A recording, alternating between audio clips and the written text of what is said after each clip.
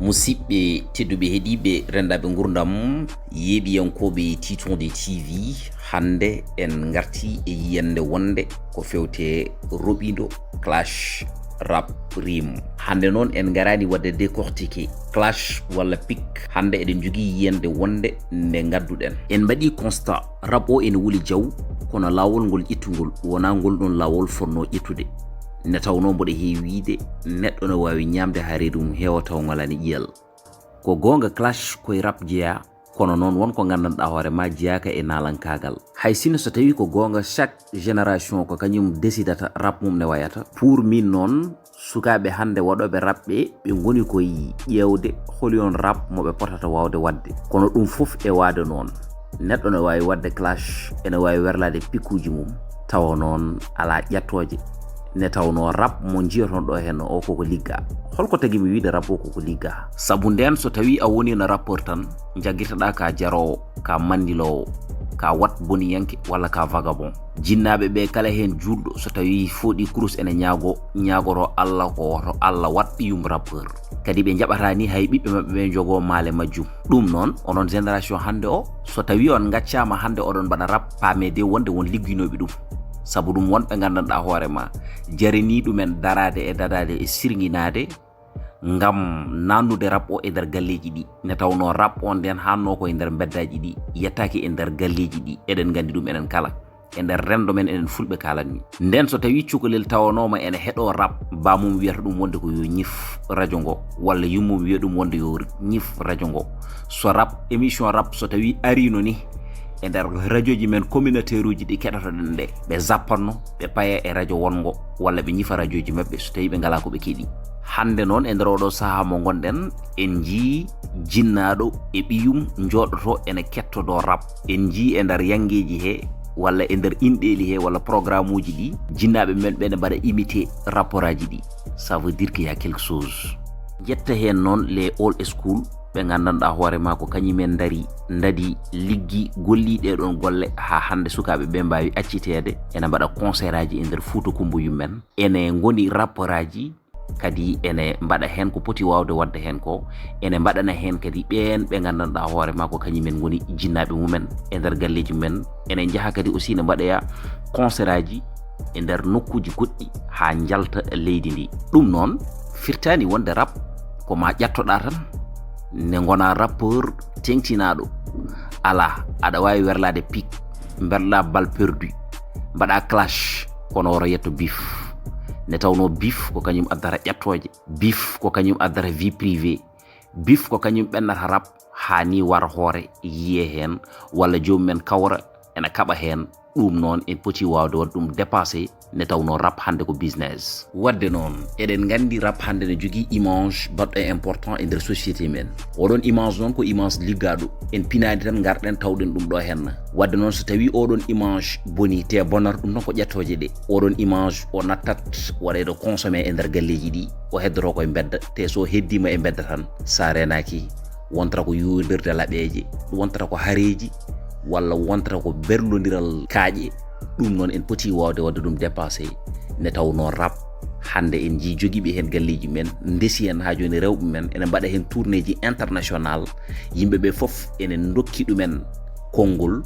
ene dokki ɗumen gueɗal, ene teddini ɗumen, ene kormi ɗumen, ene mbaɗa hen social. Ɗum noon ene foti rufde e nder men enen e nder koye men. Kono noon alay sago woda jaɓɓal ngal jaɓɓuɗen ha mbawen yoltude ɗiɗon hujjaji. Ne tawno rap wonko fada e majjum tan ko wona clash, wonko fada e majjum tan ko wona bif, wonko fada e majjum tan ko wona ƴattoje. Ne tawno rap ko damal hare ngal neɗɗo wawi dukirde ha hujjaji mum jolto. Kadi eɗen gandi bedda so tawi rap heddima hen ko yimɓe gone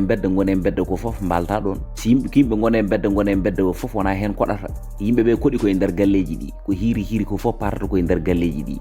Wadde noon haadi koye nder galleji ɗi yimɓeɓe goni so tawi jiiɗi findinde, jiiɗi tindinde, jiiɗi hirjinde yoɓe gaccu rap o heddo e nder galleji he. Ne tawno koko ligga ha yetti e nder galleji he. Nden sa yi ɓiye ene ɓorni ɓorneteri rappeur mo ɓornoto mbiyata ɗum ko yo ɓortu. Sa yi ɓiye ene heɗo rap mbiyata ɗum ko yo ñif. Sa yi ɓiye ene yaha ene wuuro ene haɓɓa tekke koye mbiyata ɗum ko yo ittu.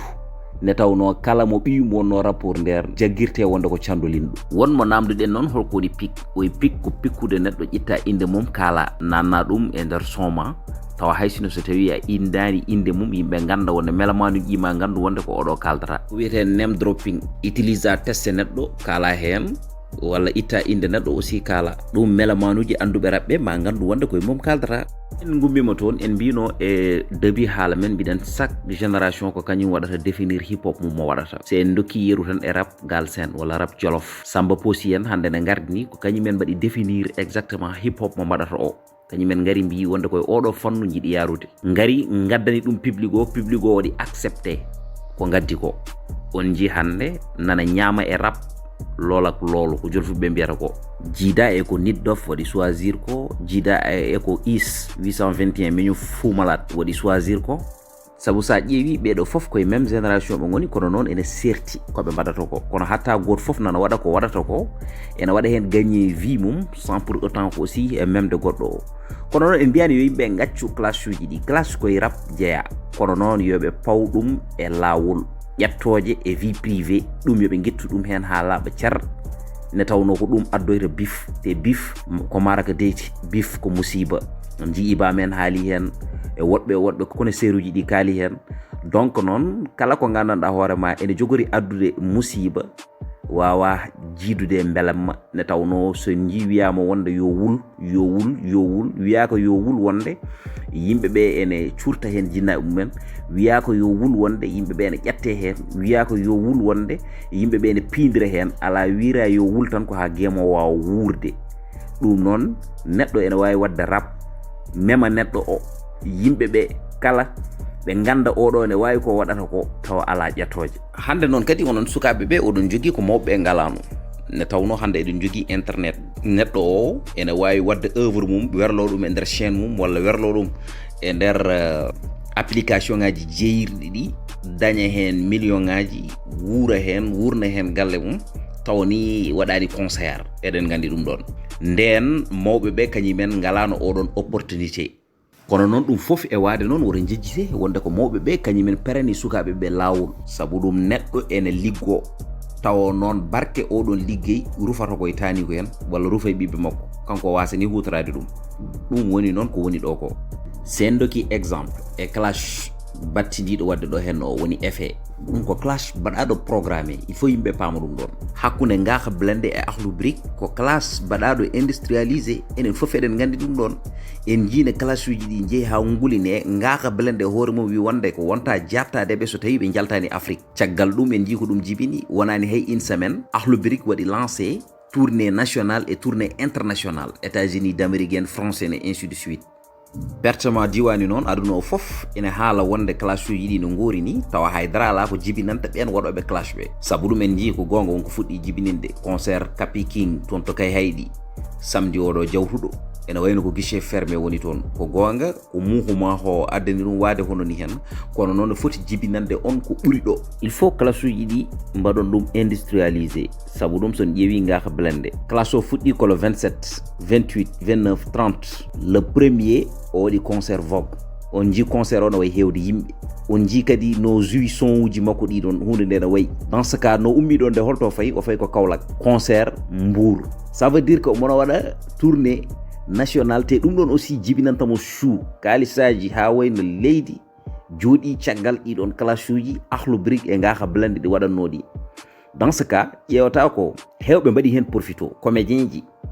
keeɓi hen weccet à travers de scène uji men YouTube chroniqueur uji keeɓi hen weccet à travers de scène uji men YouTube voilà e ɓen ɓe gandanɗa hoorema ko kañumen goni tournoɓe kilipaji ɓe woni réalisateur uji ɗi keeɓi hen weccet à travers aussi kañumen e koyemumen liggey mumen marché voilà e ɓen ɓe gandanɗa hoorema kañumen goni promoteur uji ɗi keeɓi hen weccet kañumen e koyemumen à travers de ɗiɗon classe uji ça veut dire que classe ene wawi wonde classe taw ko classe jibinowo taw kadi wona classe caltiɗɗo classe caltiɗɗo o woni nadde vie privé neɗɗo classe caltiɗɗo o woni wonde ƴettade eywa ha yaha ene adda hareji walla fansiji moon ene jodira pakaji ɗum yoɗani wona ɗum tagui en ummade bandiraɓe musidɓe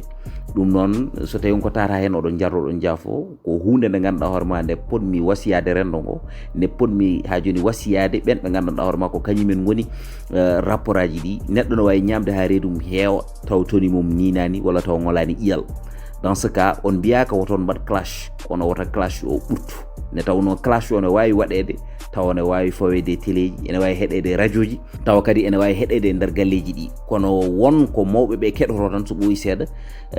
ɓe mbiyat wonde ɓiɓɓe maɓɓe ɓe ni yo nattu heɗade ɗum ɗon walla ɓe mbatta wadde surveiller ɓiɓɓe maɓɓe ɓe par rapport e côté concert aji ɗi jahata e goɗɗum e goɗɗum. Violence jeeyaka e musique sabu ɗum musique wonko foti wonde darde mum foti ko findinde tindinde hirjinde e haɓanade e darade yoltande woɓɓe hujjaji men ko wona tan darade ɗo ne ƴettodira yummiraɓe walla ne ƴettodira babiraɓe ɗum en poti wadde ɗum dépassé enen en kala e kuuɓal. Ɗum noon alay saago haadi min Allah waɗi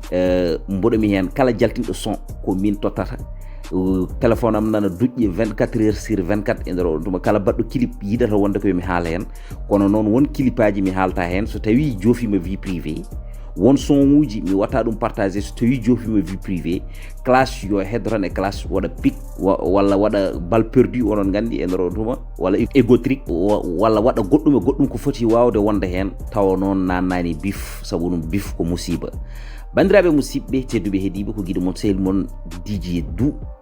voilà porteur de voix jiɗɗo wonde yo pulagu yaaru yeeso ko ɗum woni fandare mum ko ɗum woni eɓɓo mum ko ɗum woni tuyo mum ko ɗum woni moyo mum jiɗɗo kadi aussi yo nalankoɓe men ɓe keɓ gueɗal e nder réseaux sociaux o beele ɓe jogo audience uji yimɓe ne ɓeydo andudeɓe ɗum noon alhamdulillahi rabbil alamin fuɗɗima yiyede kono so tawi en ɓeydima rewnu ɗum e lawol ko nden ɓurata wadde gartam ne tawno mawɓe men ɓe koye men ma gaccu ko mbaɗanno ko jaaha mbaɗa abonné e nder senuji men ɗi kono woto jejjite onon waɗoɓe clash ɓe won caɗele de goɗɗe e nder rendoji men hande e nder oɗo saaha en jii toon to Mauritanie fedde wiyetede Hollande ne dadi sirñini ngam woto ɗemɗe keddiɗe ɗe ɗayne ɗemgal arabere nde sembine ɗum noon kadi oɗon mbawi waddude ɗum e nder hay clash uji mon ɗi mbaɗaton ɗi ne tawno jikka picking clash mo adino wadde o en jii won konguɗi ɗi ganduɗa hoorema o haali ɗum hen te konguɗi ɗi joofi wonde koye miskineɓe ɓe ganduɗa hoorema wonɓe toon haɗaɓe foddeji mumen te foɗɓe daranede e daranede ko ɓen tigui rigui ha joni o dari omo waɗa ɗumen revendiqué ko poti wawde hebde ko ne handirtini henna ɗum noon ko classe o weeli ko foof yimɓe mbaɗi ɗum suivre ko foof woten jejjiten aussi wonko tagno en ummade ko wadde révolté e kadi ɓen ɓe ganduɗa hoorema juuɗe men jettaki kecceji men ko ɓen jiɗɗen yoltande hujjaji men ne handirtini henna ne tawno rap wona clash tan rap wona clash tan clash eɗen mbawi wiide ni wonde ko dernière position sabu ɗum wonko ɓuuri ɗum jojjude ne handirti henna haadi rap noon koye clash jeeya clash koye rap jeeya ne handirtini henna alay saago pamminen yimɓeɓe wonde wonko ɓuuri jojjude wonko foti waɗede revendiqué wotoɓe jejji ɗum tan ɓe ndewa e clash o hande noon kala mo natade e nder classe tan sikkata wonde ko nanatake andatake kala tesketake ne handirtini henna ne tawno won rapport aji nanɗo hen ne jaltini œuvre uji men œuvre uji ɗi ko poɗɗi yimɓe ne poti yaade keɗoyo ɗumen ne tawno ko jimata hen ko eko woni nder ko hunde wonde important ne fewi so ɗum ɓeni noon bandiraɓe musidɓe en jii aussi gacce o addi classe gulɗo diaw kadi aussi e nder classe makko vraiment en jiyani hen konguli baɗɗi vulgaire ɗum noon ko ɗum woni aussi ko yiɗa ma en gartu e wadde ɗum décortiqué so Allahu lamɗo haaji tawa noon ko ɗo e nder chaîne men Titonde TV nulle part ailleurs Titonde ko ɗo hunde foof laaɓata.